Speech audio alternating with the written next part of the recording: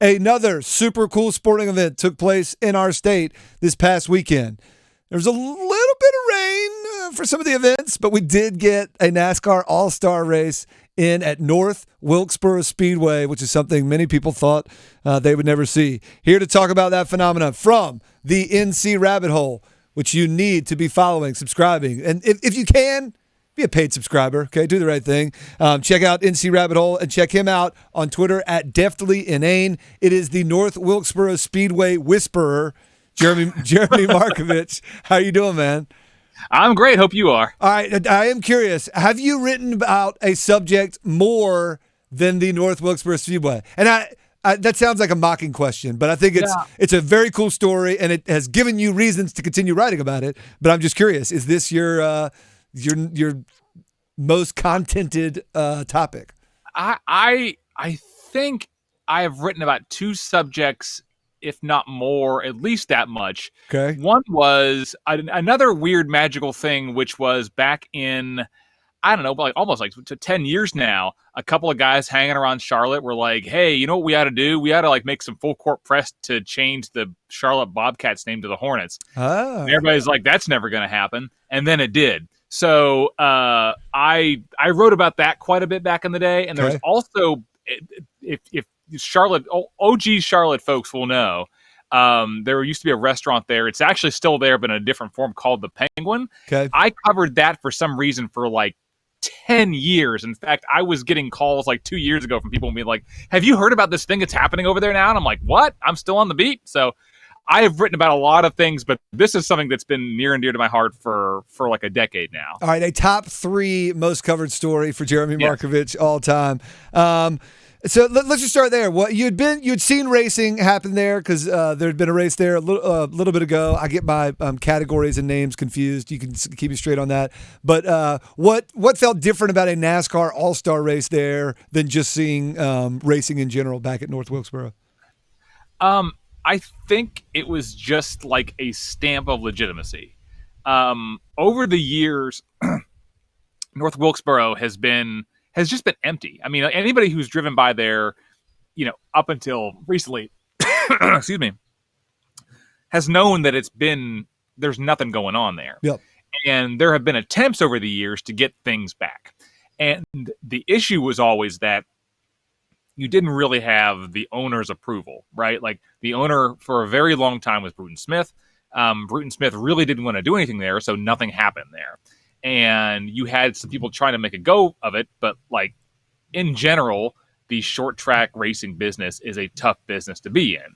So unless you have the owner of the track, someone with deep pockets who's interested in making it happen, it's probably not going to happen. And the thing that changed was he was really interested in making it happen. Marcus Smith really fell in love with sort of the possibility of that place. And anybody who's been there and was there back in the day and has been there for these races knows that it's a completely different experience that you get at any other kind of cup race, right? It's small. It's very intimate. It's you feel very close. And one of the things that the reporters and drivers that were there were saying was like, look, people here are super into it. Like at bigger tracks, sometimes like the driver introductions, people kind of ignore that. There, they were all in. They were all over, and they felt like they were right there in front of you, which literally they were. I was standing there, like the closeness to all of the racing there was another thing about it. So I mean, it was just amazing to see what happened last August when late models raced there and Dale Jr. raced there, and then just to watch all of the kind of the pageantry of NASCAR be there. It was a very surreal experience just to see that in that place. It is Jeremy Markovich. Check out the NC Rabbit Hole. You can see a story he wrote, right afterwards. And I thought it was cool because it was kind of 2 parts. Like, I don't even know what to say, but also you kind of threaded a pretty cool story in there that I'll let people go read of. And you touched on some there, but I thought you summed it up kind of nicely at the end. My question, in reading it, I got the impression of North Wilkesboro Speedway almost as a Cameron Indoor Stadium of NASCAR, where like Duke is the #1 brand in college basketball. And there's no reason if they wanted to, they could probably build a 40,000 seat stadium and sell at least 35,000 of them a lot of times, and many times sell it out and make a lot more money.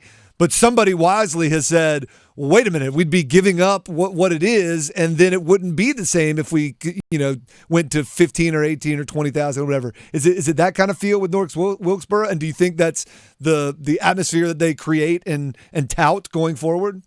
I mean, I think it is. I mean, you don't have that closeness in some of the great races that you do have. I mean, like Daytona and the Indianapolis 500 that we just saw, even Charlotte's a great environment for a race, but it's, those are gigantic, huge tracks.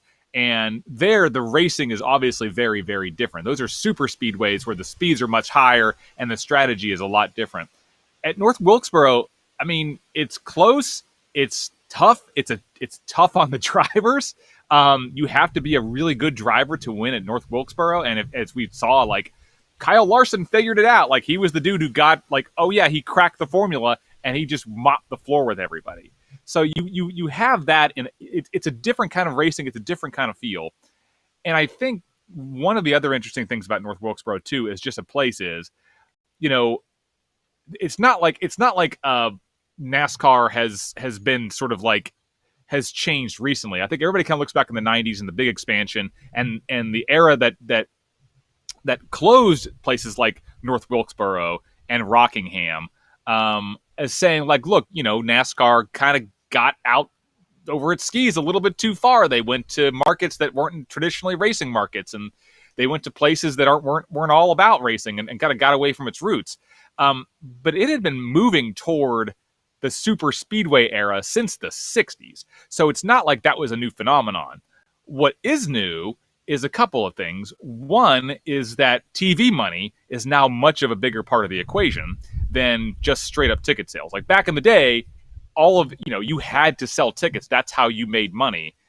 Now television makes a gigantic amount of money for not only the speedway, the NASCAR and its drivers, but also the tracks.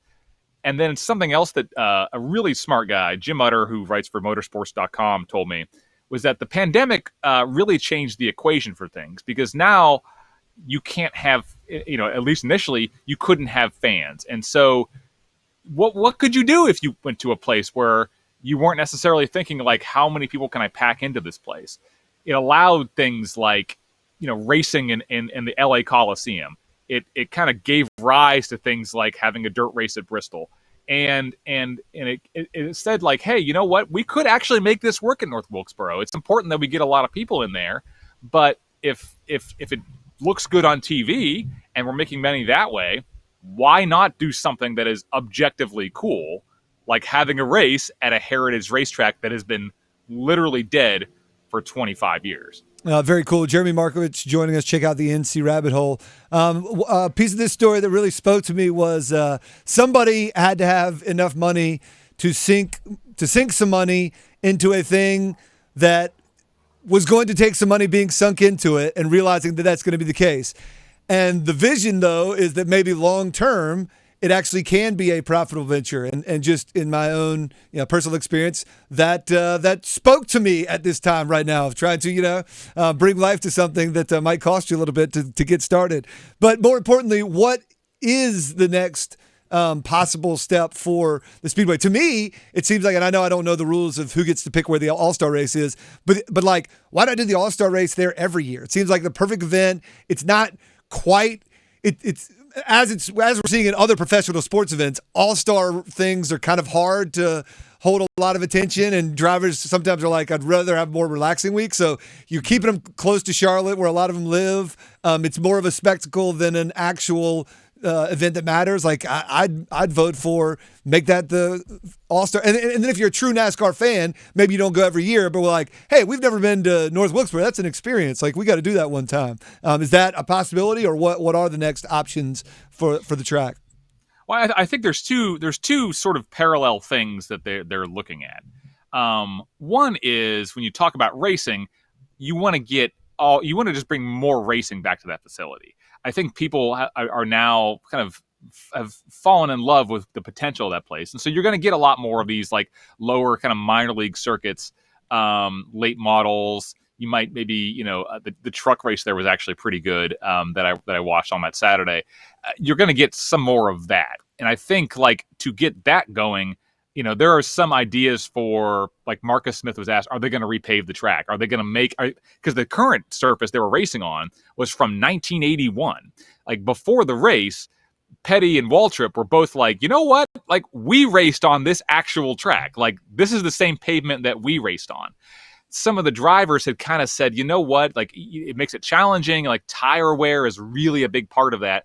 But maybe paving or doing a little bit of something there to make the racing a little better and improving that. They've already got the safety features in place. The infrastructure is already in place.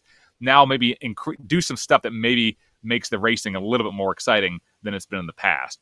The other track that is there that I think everybody is very aware of, and if you talk to anybody, is that this place is going to have to exist as more than just a racetrack that you race at occasionally.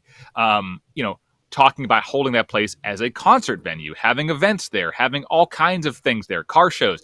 The fact that it's back open and it's going to be like a working venue again means that you can kind of any idea, the sky's the limit. I mean, Terry Parsons, who was really one of the many people in Wilkes County who pushed very hard to make this happen, to get racing back and to get the track back open again, has said that she told me a while back that they have enough ideas to do things at the track for the next 2 to 3 years. So it's not just racing. Yeah. It's going to be all kinds of stuff that's coming there. And it's going to be exciting to see what they do there because, again, not everybody's a race fan. Even in Wilkes County, people love racing there, but it's maybe you don't like racing, but you might go see a concert there, or you might go see a car show.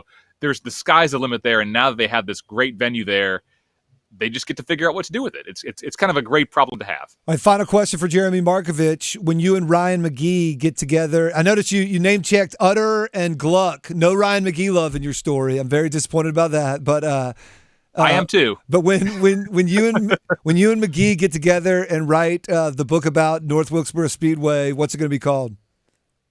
Oh man, it's like, I don't know, like the strange afterlife of a Scooby-Doo racetrack that came back to life. Like we're gonna have to work on that, Jeremy. We're gonna have to work on that. Yeah, I wasn't ready for this. I know I shouldn't have put you on the spot because you will come up with a good one. It's hard when you're doing it live on radio, but I know. By the way, I looked for McGee. I couldn't find him. I found Gluck. I found Utter. I found Stephen Wilson. I'll put this on McGee. Where were you, McGee? Was he at SEC meetings or something? Following around Nick Saban for a quote? No, we'll see. That man gets around. He did not get around to finding me at the track, but that's okay. I was trying to find it. We'll cross paths and get a better book title for you soon. Yeah, excellent. Jeremy Markovich, check out the NC Rabbit Hole. Do the right thing. Be a paid subscriber to support his great work. He tells some awesome stories in North Carolina, oftentimes colliding with sports because we have a great sports history. Jeremy, thanks so much for the time, man. Talk to you soon. Thanks for having me.